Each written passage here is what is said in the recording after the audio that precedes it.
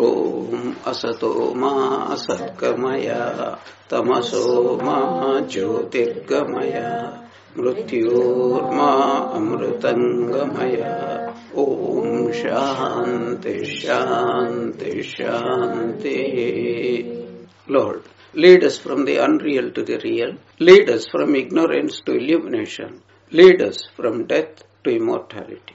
Om, peace, peace, peace be unto us. Om prapanna parijataya totra vetraika panaye jnana mudraya krishnaya gītāmrita duhe namaha. Sarvopanishado gavo dogdha gopalanandana partho vatsa sudhir bhokta dugdham gītāmritam mahat. Vasudeva sutam devam kamsa chanūramardanam devaki paramanandam krishnam vande jagadgurum. Mukam karoti vachalam pangum langhayate girim yat kripatamaham vande paramananda madhavam. This beautiful verse, Mukam karoti vachalam. By the grace of God, even the dumb fellow becomes eloquent, and even a lame person can cross the highest mountains. There is a beautiful incident, perhaps some of you know it already. You heard about Suradas. So, he was a great devotee of Bhagavan Krishna, and he was born blind. So he wanted to go to Vrindavan, and he had to cross some mountains. He came to certain place, then he could not find the way out. So he was praying to Lord Krishna. Suddenly he heard the voice of a small boy who was herding the cows. And he came near and said, "Hey, you blind old fellow, what is your business here?" Surdas said, "Baba, I am trying to go to Vrindavan. Will you please show me the way? I am blind." He said, "You stupid old fellow, you are blind, you are old, you are useless, and you want to go to Vrindavan. Don't you know how dangerous it is?" Like that he abused him. "All right, catch hold of my hand." And Surdas caught hold of his hand, and he took him just for a few seconds and said, "This is the right way, now you go." By that time, Surdas had realized it was none other than Krishna himself, and immediately he wanted to catch. By that time he realized Krishna snatched his hand away and disappeared. Then Surdas he prayed to the Lord Krishna, and then slowly he was going just a few seconds, minutes. Suddenly he heard voices. Then he went and said, "What is this place?" He said, "Don't you know? This is Vrindavan." Within a twinkling of an eye, he crossed Krishna made him cross the mountains. What does this mean? By the grace of God, a dumb person becomes eloquent. And there is the story of Kalidasa. He was one of the stupidest fellows in the whole world. And by the grace of Mother Kali, all of a sudden he became one of the greatest poets in the whole world. And what about Swami Adbhutananda? Why Sri Ramakrishna failed to educate Latu Maharaj? Do you think anything is impossible for God? Academic education. Latu Maharaj's intelligence was such, he could not distinguish between short A and long A. Sri Ramakrishna was telling like this, and he was pronouncing only with short A. Sri Ramakrishna said, "Enough, I cannot go on." Was it a failure? Why did Sri Ramakrishna fail deliberately in that instance? Because he wanted to show to the whole world academic education is absolutely of no consequence so far as spiritual life is concerned. Spiritual intelligence, worldly intelligence are two separate things. In Sanskrit we give a name for spiritual intelligence. It is called Medha. It is this Medha for which we pray. Most Hindus pray with that Gayatri mantra, Dhiyo Yonaha Prachodaya. There is also very interesting incident. I think it was one Kedarnath. He was working in Dhaka. And one day he thought he would not realize God. So what is the use of living? He was going to commit suicide. So he went to a hillock to commit suicide. And then suddenly he saw a boy grazing some sheep. And then that boy told, don't worry, you will achieve what you have in mind. Kedarnath was shocked. What is he talking about?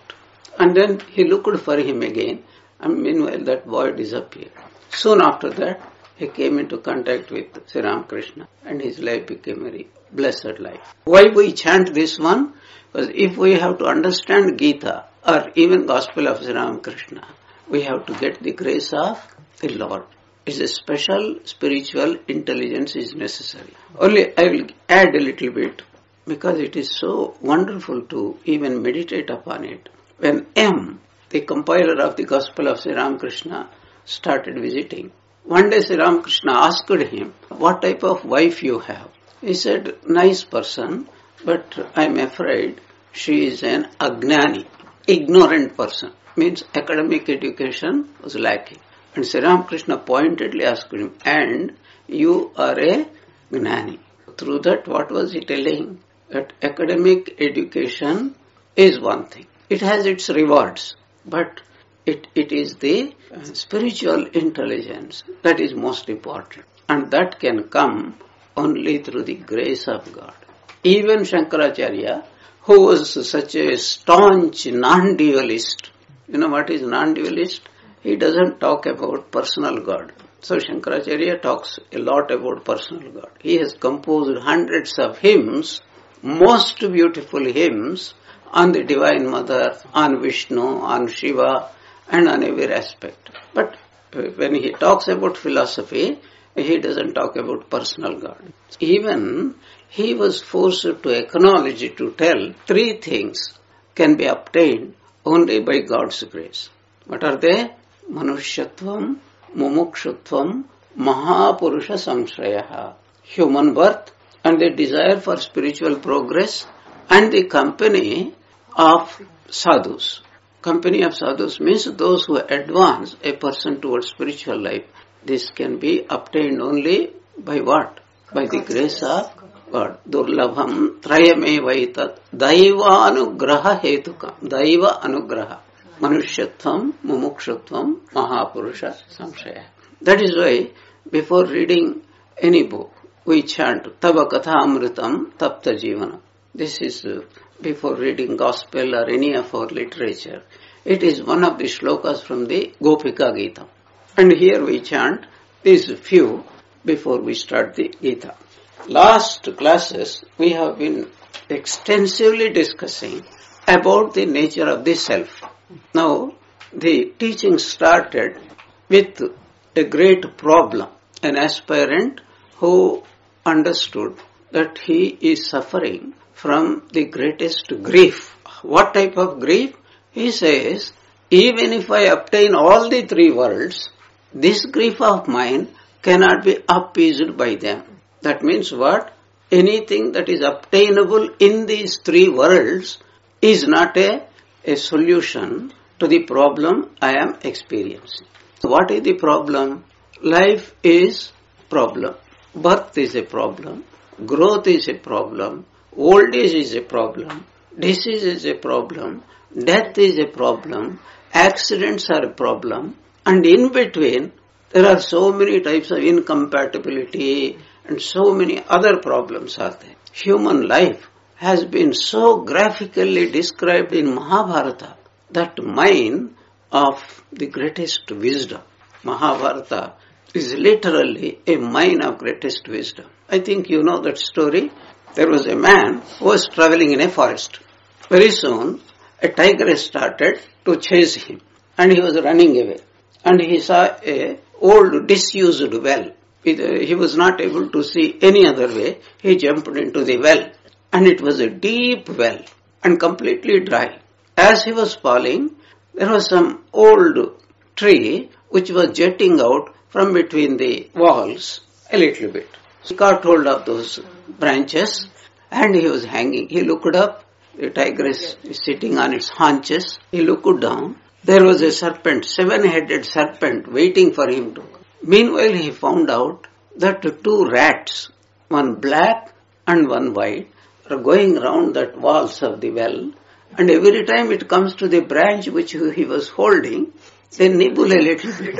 Now there was an old honeycomb which was deserted long back by bees. As he was falling, a chunk of it had fallen down, and there was a few drops of honey, and it was dripping down.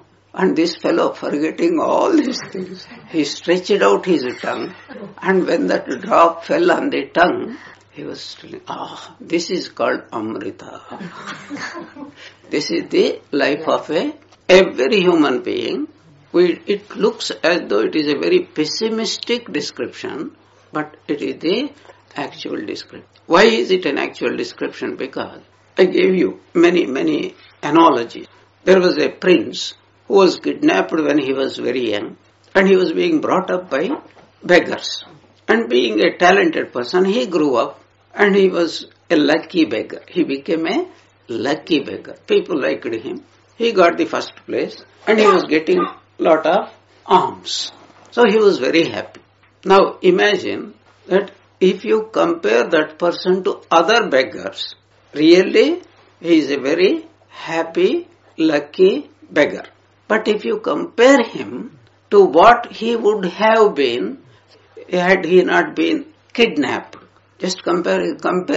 So that is why Swami Vivekananda, Shrunvantu Vishve Amrutasya Putraha. We are all Amrita Putra. How many of us are here to believe that we are all Amrita Putras? For the last so many Saturdays we have been discussing Bhagavad Gita. The Atma is Nitya, Satya, Nirvikara, Aprameya, Avinashi and Akarta, Abhokta. How many of us dare to feel, yes, even a little bit, yes, perhaps I am that. How many of us are able to do that? That is, such is the power of old samskaras, of many lives, impressions of many lives, identifying ourselves with nothing else but this miserable body and mind. Such is the great power of Mahamaya. That is why we need all these things. We have come to the second chapter, 16th verse. Nasato vidyate bhavo na bhavo vidyate satah ubhayor api drushto antah su anayoho tattvadarshibhihi. There are only 2 things in this world. What are the 2 things? The Nitya Atma, Sat means that which is the only reality. There is reality and there is a not unreality but seeming reality. What is the difference between these two? If Atman alone is real, logically there cannot be anything else. If God alone is there, nothing else could be there, should be there, would be there. But then we don't see anything that is eternal, that is unchanging. Whatever we experience, is it a fact? No, it's not a fact. But seeming reality, we take it as though it is the reality. Even though every day, every second we are experiencing, even 5 minutes back, whatever happened to you, it is gone. And what is going to happen, what is happening now, will go the very next second. That which never changes reality, that which is seemingly changing reality. What is the problem with this seemingly changing reality? Do the liberated souls, do they not experience? They will also experience. If Sri Ramakrishna were to be here, he would exactly experience same thing. Everything is changing. Even, how many incarnations have come. How many incarnations have died. Now their name itself is not there. That means what? What are we talking about? If they have a body, it will go. Sri Ramakrishna's body gone. Swami Vivekananda's body gone. Holy Mother's body gone. All the direct disciples, Rama, Krishna, Jesus Christ, Buddha, all those bodies have gone. Should we not think that our body also will go? We know that, but we want to cling to it. That is the problem. Whereas they would not cling to it. They are always ever ready. Okay, this is a body, it comes, it goes. It's a wonderful incident. All the devotees of Sri Ramakrishna know. There was a Brahmo devotee, and one day when Sri Ramakrishna was sitting in his room and talking with the devotees, he came, and his face was as though it was an embodiment of shoka, grief. Everyone recognized this elderly person, 60 years old, something must have happened. They did not know. So they asked him, what happened? He said, I am coming from the crematorium after cremating my son who was 25 years old. Naturally, everybody would feel shocked. And they knew him. And they tried to console him. Of course, you cannot console anybody. If you don't have the power of consoling yourself, you will never have the power of consoling anybody else.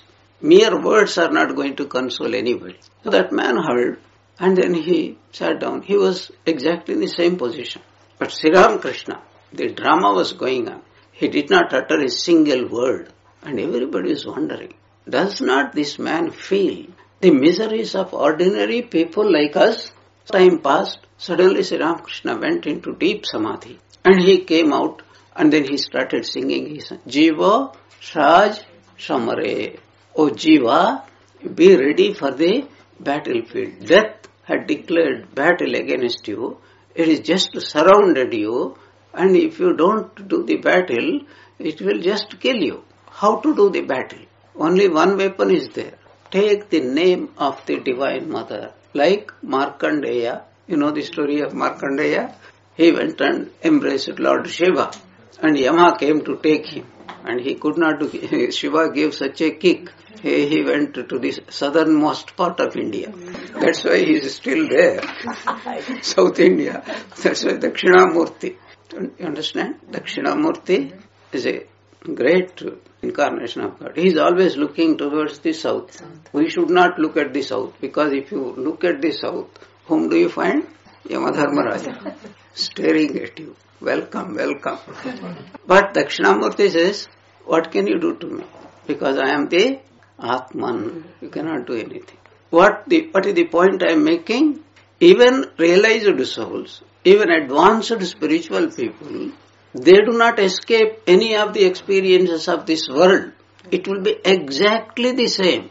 They also go through this hunger, thirst, accidents. Everything will be same.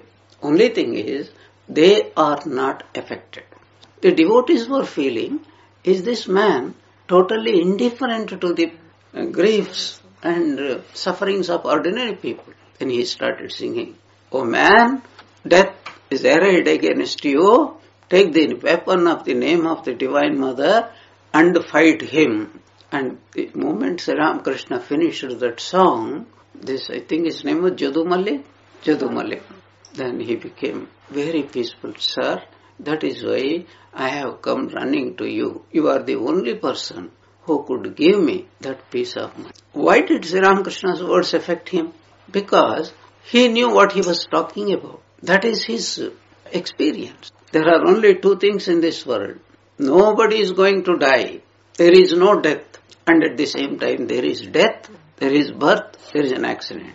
If we are talking about the body and mind, it is inevitable. But behind the body and mind, there is this Atman. And who are we? Are we the body-mind or are we the Atman?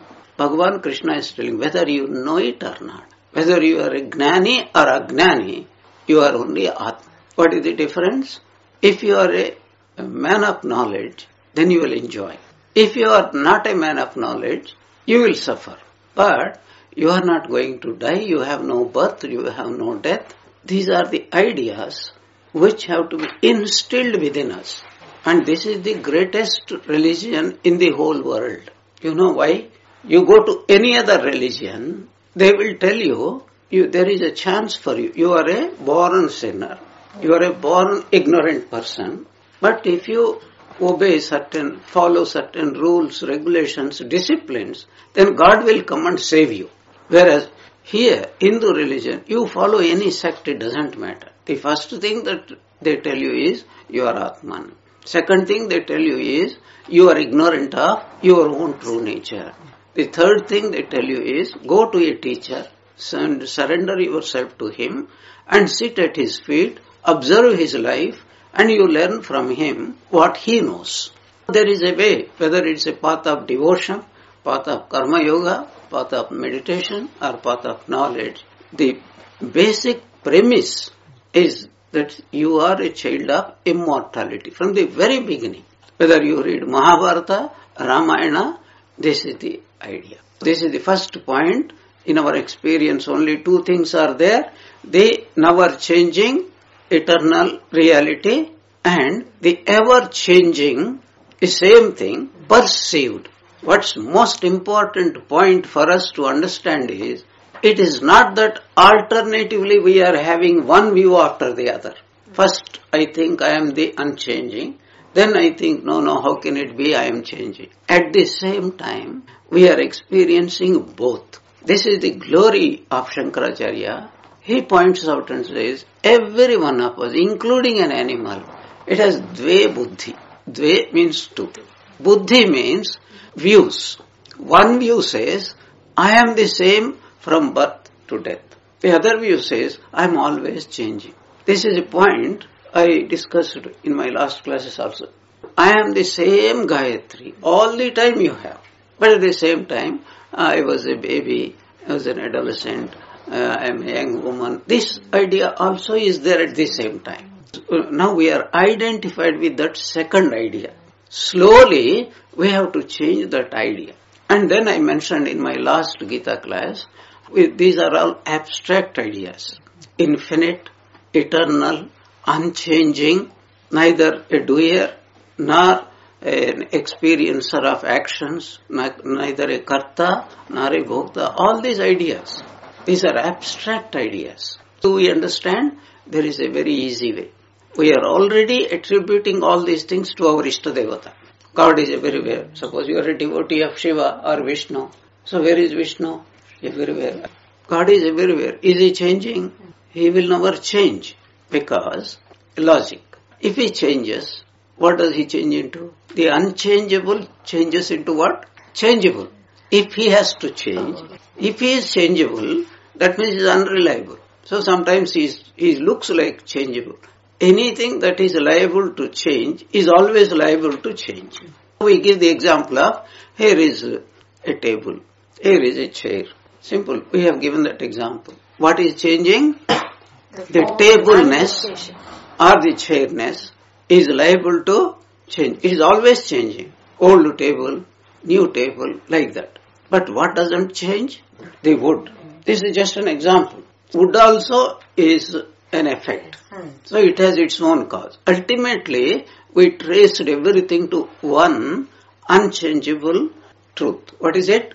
Existence is existence. So you cannot change existence. For argument's sake, you say existence changes. When existence changes, what does it become? Non-existent. And when existence changes non-existence, will you be there or not? You won't be there. Therefore, no problem. You have to be there even to witness something is changing. That is why Ramana Maharshi, profound words. A person can doubt anything, he cannot doubt himself. Because to doubt oneself, whether I exist or not, even to doubt, he has to exist. So then time stops at existence. Is that true? Time stops at existence. Yes, time and our perception of existence, it is not existence which time stops. It is the modification of existence. I say, as an example, wood is eternal. It's not eternal, as an example. Then it becomes, somebody makes it a table. When did the wood become a table? There is a point of time. And it remains as a table for some time. Then it loses its tableness. All these, birth, etc., are not changes in existence. It is adding name and form to existence. The existence itself never changes. So even when the table is made, before table was made it is wood. After the table is made also it is wood. Yeah. And after the table goes out of dice also, it is still wood. There is no change at all. If the weight of the wood is 1 kg, what would be the weight of the table? No, actually it should be more, isn't it? Because you are adding name and form. It will be exactly 1 kg. It smells woody, and it tastes woody, and it sounds like woody. No, Guruji, what I meant was, when we went through the stage of, we stopped at existence, that's the ultimate, unchanging, assuming a line. Yes. At that point, that's the time also stops, isn't it? Yes. When we come to the pure existence, the question of time doesn't arise. Because time comes into play only when there is a modification. Even space and time and space. Yes. Time, space and causation, all the three is called creation, maintenance and destruction. All these three things happen only in time, space and causation. That is what we call the world. So then Big Bang theory is contradicting itself then? Big Bang is now scientists, do you know what is the latest thinking about Big Bang? What they say is, Big Bang, before Big Bang, what was there? First of all, because nothing can happen unless there is a cause. So previously the theory was that the whole universe was there, came only after the Big Bang. Yes. Time itself started before the Big Bang. Now lot of things have changed. So the latest thinking is, scientists' thinking is, that before Big Bang, there must be something out of which the Big Bang had taken place. And then still more change has come. What is the change? This is not the first time this has happened. This has been going on time without number so many times. What is this Big Bang, do you know? After Pralaya, when Brahma starts the Srishti, that is called your Big Bang. And then again Pralaya comes. That is the whole universe collapses. And that is what in Ramanuja system, this is what called expansion and contraction. It's a wonderful theory, from the worldly point of view. This is, we said, these are all abstract ideas, but we are already applying them to our Ishtadevata. Our Ishtadevata, you understand, chosen deity, he is everywhere, he is everything, and if he is everything, we also must be part of him, just for the sake of conception. And if we are also out of him, we cannot be different because the cause and the effect cannot be different. We attribute, and he is Nirvikara, he is eternal, he is the only truth, and he neither does anything nor experiences anything. When we pray to him, out of his grace, he gives us that knowledge. You are my child. You will come to Vaikuntha, or Kailas, or Devi Loka, whatever it is. That means what? You will be exactly like me. You will experience what I am experiencing. This is a wonderful concept. I want to deal a little bit with this subject. Okay, before that, I want to say, we are all believers in one thing. We all believe that we are deathless. All of us believe we are deathless. How do we know? Because if we are saying, oh God, after my death, you take me where you are. After my death, take me where you are. Whether it is Devi Loka or Ramakrishna Loka, etc. Is it not a contradictory statement? So, what we mean is, this body mind with which I am identified, that is what I have been thinking, this is what I am. But when this falls away, there is something separate from body mind, of which I don't have that much knowledge. You take me to that place. If that idea were not to be there, you will never pray to God. Not only that, there is something very important. That is why I am taking so much of time. The moment you admit the existence of God, you are admitting there is something which is beyond this changeful world. The moment you think of God, that means he doesn't fall under the category of the world, which is always changing. And how did I get that idea? That means I have a very good idea that I am also like that. Inherent. That's what Swami Vivekananda meant. Shunvantu Vishve Amrutasya Putra. Listen ye, children of immortal bliss. Because this idea is there. I will give you some examples of this. Those who are devotees of Sri Ramakrishna, they know. I am giving a familiar example. Kalipada. There was a devotee, and one day he prayed to Sri Ramakrishna, when the time of my death comes, take me by my right hand and take me where you live. Means, what does he mean, my death? Body mind. When this body falls, there is something is remaining, and you come and take. And Sri Ramakrishna came, and he said, his right hand lifted. Because that was what Sri Ramakrishna promised him. Very interesting story. I cannot resist telling it. One day this fellow was a drunkard and all that. So he came to Dakshineswar and demanded, give me initiation. Sri Ramakrishna said, I care a fig for giving initiation to him. He made namaskaram and went away. Another day he came. At that time Sri Ramakrishna was preparing to go to Kolkata. So Kalipada said, don't worry sir, I have brought a boat, so you can come with me, I will take you. And before that, he made a plot with the boatman. So when the boat reached mid-Ganga, he stopped. Kalipada said, initiation. Otherwise, you are not going anywhere. Then Sri Ramakrishna, is this how one should take initiation? He said, I very politely asked you, and you refused. So I have no option but to blackmail you.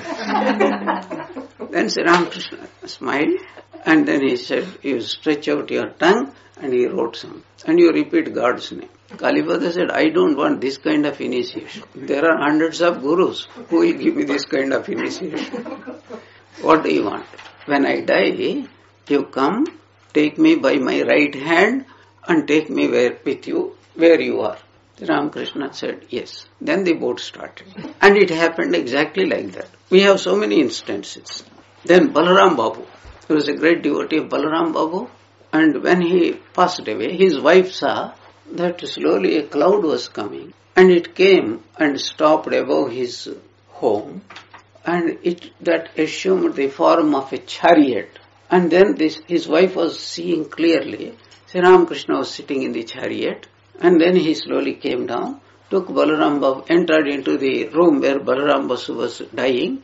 He took him by the hand and slowly took him, put him in the chariot by his side, and slowly the chariot disappeared. We hear such a story with Tukaram.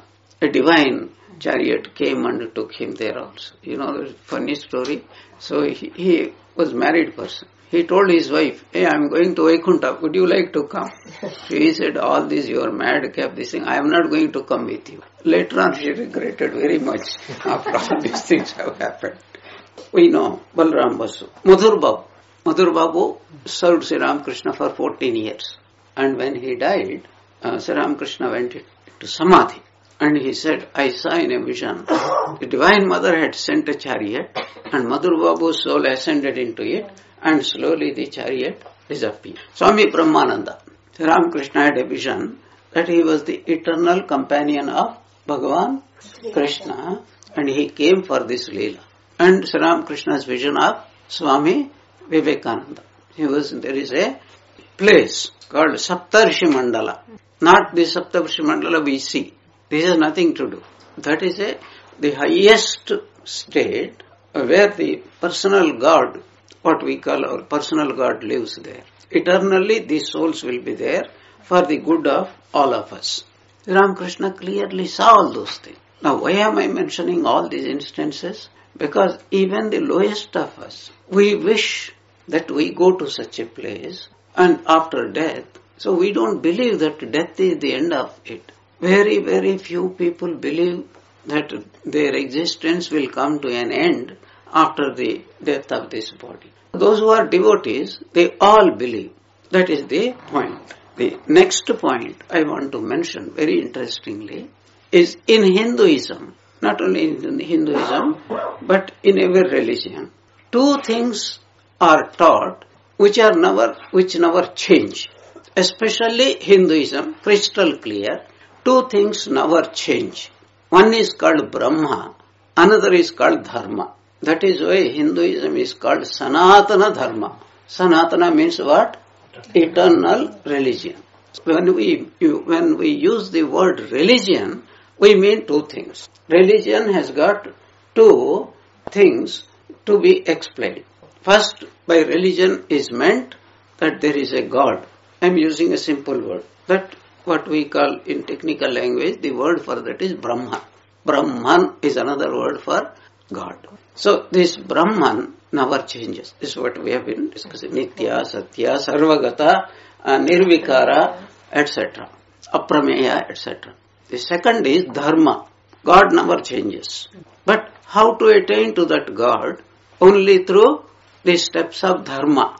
You understand Dharma? I am deliberately using. That way of life which facilitates our progress towards our own true nature, that is called Dharma.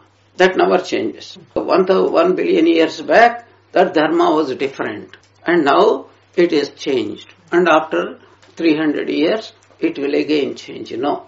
Truthfulness never changes. Unselfishness never changes. Revering everything never changes. What we call the dharmic conduct, it never changes. It never changes. It has no spatial, time or country-wise this thing. Goodness is goodness. Whether he is a savage somewhere or we consider ourselves as very civilized persons. Even animals, they have their, how much love, how much unselfishness, how much they love their young ones. They give up their lives for. Two things never change in religion, especially Hindu religion. That's why it is called Sanatana Dharma. What are those two things? Brahman and Dharma. Brahma and Dharma never change. There is an important point here. So I was thinking and I want to share it with you. So we all use these words. After death we go to Vaikuntha or Kailasa or whichever Ishtadevatas, Goloka or whatever it is. Now when we go there, in our imagination, what do we see? What do we expect to see there? If you ask me, Ramakrishna will be there, Holy Mother will be there, Swamiji will be there, other direct disciples, devotees, everybody will be there, right? Now I ask myself this question. If they are all there, naturally the differences will come. Because I am a small person. Compared to me, any direct disciple is 1 billion times more. And compared to all of them, Swami Vivekananda was great. And compared to him, Holy Mother was much greater. And compared to her, Sri Ramakrishna is much greater. That means there is so much of difference.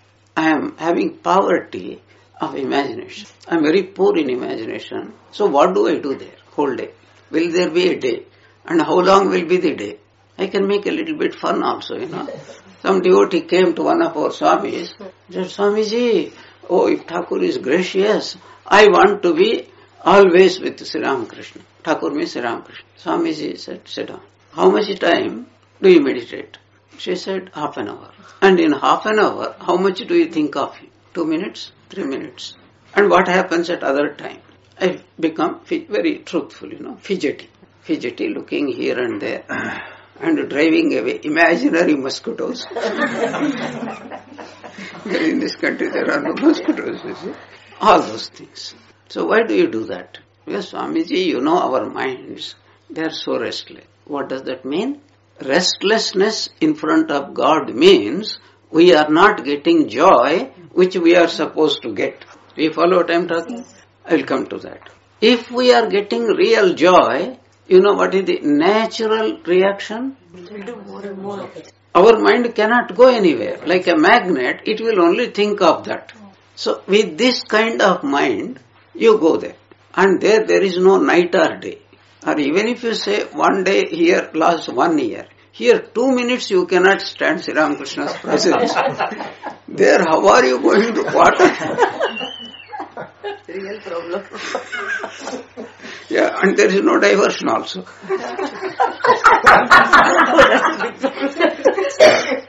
There is nothing, no other thing you can turn to. You are forced to look at him, and you don't like to look at him. How are you going to spend your time there? Though he said in fun, there is a lot of truth in it. But I am coming to this point. What happens when we go to Vaikuntha? Will there be duality there? There will not be duality. I can only give you a hint what happens there. Now you have to think and try to understand yourselves. Supposing you are experiencing a great joy of something. It could be a book, it could be eating some sweet. You imagine the greatest joy you are experiencing in your life. There is a moment when you become one with that joy and you forget time, space and causation. Later on it is only memory. I was very happy. So you see what is happening? At the moment when we become one, the duality vanishes. Do you follow? The moment we and the object which we think is pleasurable becomes one, there is a moment when time disappears and when we are only happiness. That is the meaning of happiness. At that time, it's very important. At that time, when you are in that state of bliss, do you have any idea of duality? Do you think anybody else? I wish my husband should be there, my wife should be there, my children should be there, my friend should be there. Can you think? For that moment, you have attained the oneness called Advaita. Is it not? Imagine this. You go to Vaikuntha, Lord Vishnu is there. You love him the most. And the moment you behold him, what happens to you? You become one with him. In joy, Ananda. At that time, do you think there will be anybody else? Anything else? That is called Vaikuntha. Call it Samadhi, call it Vaikuntha, whatever you call it. Now this is a point which you need to do manana, and it is not difficult to understand because this is a psychological point. When do you fall asleep? One Swami Dayatmananda Saraswati, sometimes he tells very, very nice things. He says, when you take a watch tonight and note down exactly which second you have fallen asleep. It's never possible. My point is, what is happiness? When we transcend time, space and causation, when the object of our desire, and we the experiencer, and the experiencer object, when we become one, that is called experience. What is the name? Experience. And what happens? We cannot stay in that state for more than few milliseconds. What happens after that? It's a memory.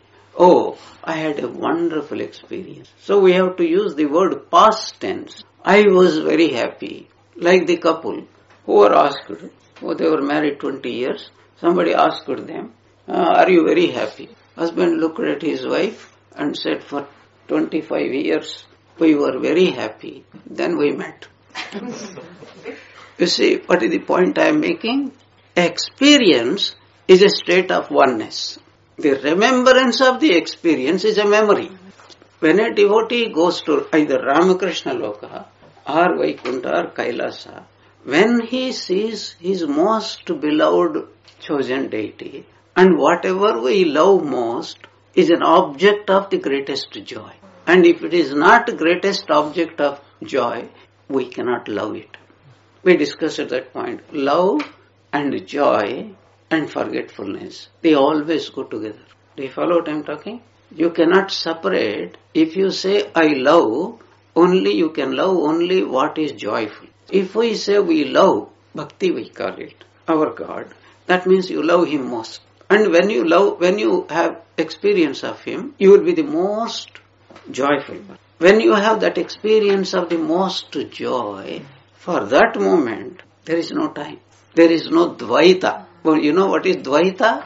Time, space and causation is called duality. There is no duality there. And I want to tell you another point which is so profound. Even the smallest experience which we have, eating an ordinary sweet, for example. That's also an experience. That also is part of Brahmananda only. Then what is the difference? The difference is this lasts only for a very, very, very short time. The greater the experience, the longer it lasts, that is the greatest. That is how we say it is not that joy is small or big. Ananda is not small or big. Ananda we measure with the measurements of time, and that is it lasted only for a few milliseconds, and this lasted for a longer time. So we also discussed, if you still remember, Ananda is we divide into 5 categories: Vishayananda, Medhananda, Kalananda, Dharmananda, and Brahmananda. What is the difference? It is exactly the same Ananda. But if it is intensity is less, duration is less, we call it Vishayananda. If it is intensity is more and duration is also more, we call it higher happiness. Until Brahmananda is absolutely there is no time, and once time goes, along with the space and causation, everything disappears. So what is my point? Why I have been telling this one? Because the Advaitins claim that you are all ignorant people, you go to Vaikuntha and you have to suffer there. It's a totally wrong view. What devotees call Vaikuntha is exactly the same thing what Advaitins call Brahmananda. It is exactly the same. Only language differs. In any case, they cannot convince anybody, That's an important point when we are thinking of Aristotile. So one more point I will add in today's class. Where is Vaikuntha? Where is Kailasa? Where is Ramakrishna Loka? Yes, but in a different. What it means is, if I am thinking of Ramakrishna and I am in the greatest joy and I don't want anything else and I cannot forget Ramakrishna, where am I? So it is not a geographical location, it is a state of the mind. That's very important for us. To conclude what we are discussing today, it is 16th verse of the 2nd chapter. There are only 2 things we constantly experience because of Maya: real reality and seeming reality. But there is nothing called seeming reality. Because of our mind, what is the point? Why am I saying this? It is not that there are 2 realities. That at the same time, the mind is another name for Maya. It divides, seemingly dividing the reality into 2, real reality and seeming reality. Now the problem is, to which side of this experience we identify ourselves. At this moment, we are identifying more to the seeming reality, which in plain words it means we think we are the body-mind. So what is spirituality? Shift this seeming experience from the seeming reality to the real reality. And that can be achieved through prayer, through meditation, through japa, and through austerity, and doing karma yoga and all those.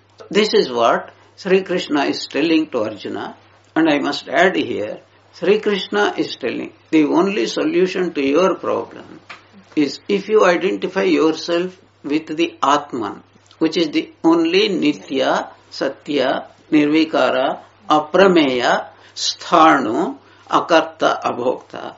You will experience exactly the same things, but you will be out of grief. That is how the 11th shloka, Ashocyan Anvashochastvam, the Pandits are those, they neither grieve for the living nor grieve for the dead. How could it be?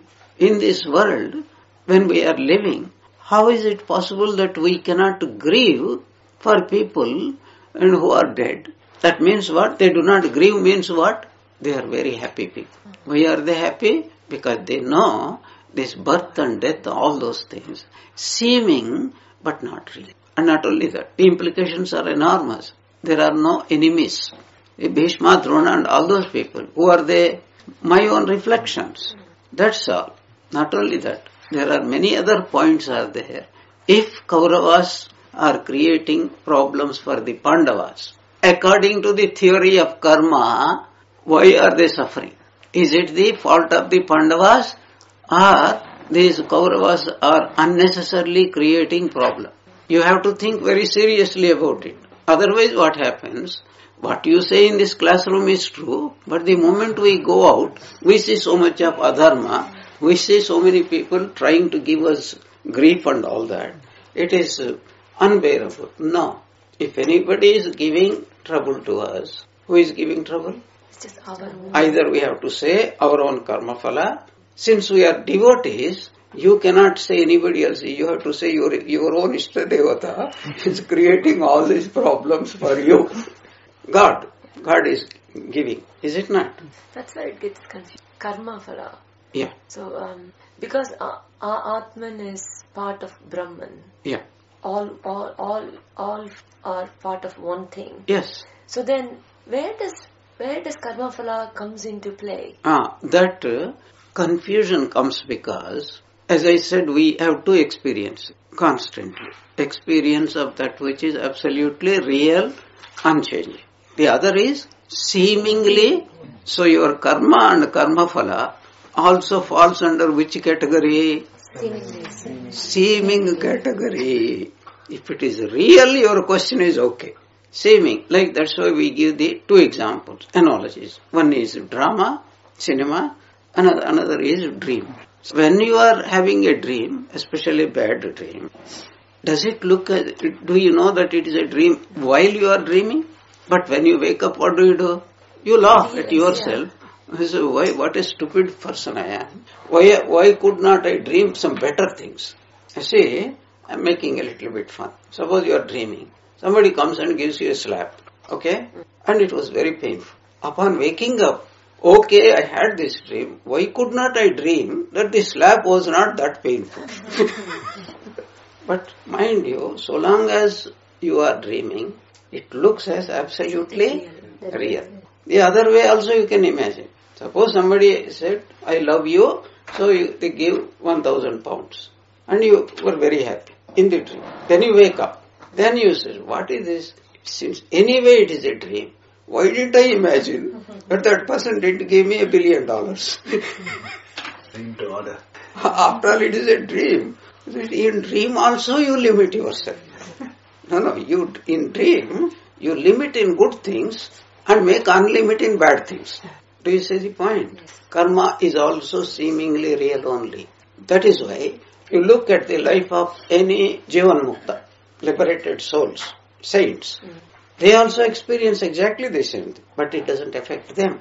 It can affect their bodies, but it doesn't affect their minds. They remain absolutely calm, quiet and all those things. These are facts. You have to think and say how these great saints could remain in the same world that we are living, and at the same time they are so happy. And here is a very important point.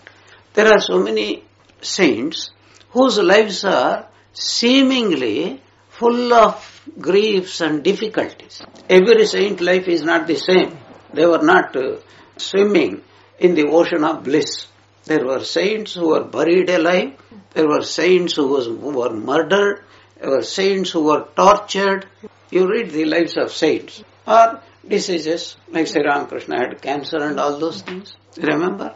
Hari Maharaj came and Sri Ramakrishna said, oh, see how I am suffering. Hari Maharaj said, no sir, you are swimming in the ocean of Brahman, Satchidananda, Sagare, you are floating. Then Sri Ramakrishna laughed and said, this rascal has found me out. So it is difficult to find out. Yes, from the body point of view, it is all real, not pretense. But from the mind's point of view, if they also suffer like us, what is the difference between them and us? There is a difference. They know these are all things which are temporary and they pass. Like this is not reality. That is a very wonderful subject. Aesthetic Ananda.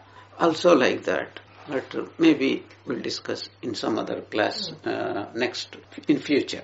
But what is important, every saint's life more or less Not only it would be like that, they might have even gone through more problems, more difficulties, and yet, if he is a saint, is he swimming in an ocean of bliss or not? I'm not talking about sadhakas. I'm talking about realized souls. Will they be, who is a realized soul? Who is constantly in the presence of God. If God is Sachidananda, would they be happier or not? So inside they will be like that. That is why nothing affects them, really speaking. That is why whenever we read this kind of abstract philosophical books, we always have to keep in mind the life of any great saint and compare it and say, how does it compare? In fact, at the end of this second chapter, a beautiful description of a man of realization are given. Sthita pragnasya ka bhasha samadhistasya keshava sthitadehi kim prabhasheta kim asita vrajeta. How does a man of realization live in this world? How does he talk? How does he sit? How does he walk? How does he live this world? And is it dukkhesh vanadignamana sukheshu vigataspruha vitaraga bhaya krodha sthitadihi muniruchyate. Like that beautiful description is there. He is merged in the ocean of bliss. And unless we see the life of a saint, even imagination we cannot go. Yeah. What is the point here? All will have same experience. So long as there is a body, there is a mind, experience is the same. Experience means the way body, mind go through is the same. But how we react and how they react is like, that's what makes heaven and hell difference is there. So what is the point? We also have to take all these things and say, in life these things do happen. So how do we cope with them? That's where I brought the idea, dharma is very important. 2 points. Without dharma, practice the foundation of dharma, nobody can progress in spiritual life. Period. Second is, in this world, however dharmic a person, body is body, mind also is mind. There will be some changes, especially about the body. But people accept, yes, I was young, I enjoyed it. I am old, I enjoyed it. I suffered, I enjoyed it. I enjoy it. This is the attitude we have to bring into our mind. How do we bring that attitude? Only 2 ways. One, let us accept that if any sukha came, because of my karma. If any dukkha came, because of my karma. And these are all anitya. Anitya means ephemeral. Second is, whatever happens is happening by the grace of God, by the will of God. And if it is happening by the will of God, it must be not only for my good, it must be for the good of everyone, the whole world. Whatever God does, He never takes into consideration, I will make this person only either happy or unhappy. It is for the overall good of everyone. Om Shanti, Shanti, Shanti.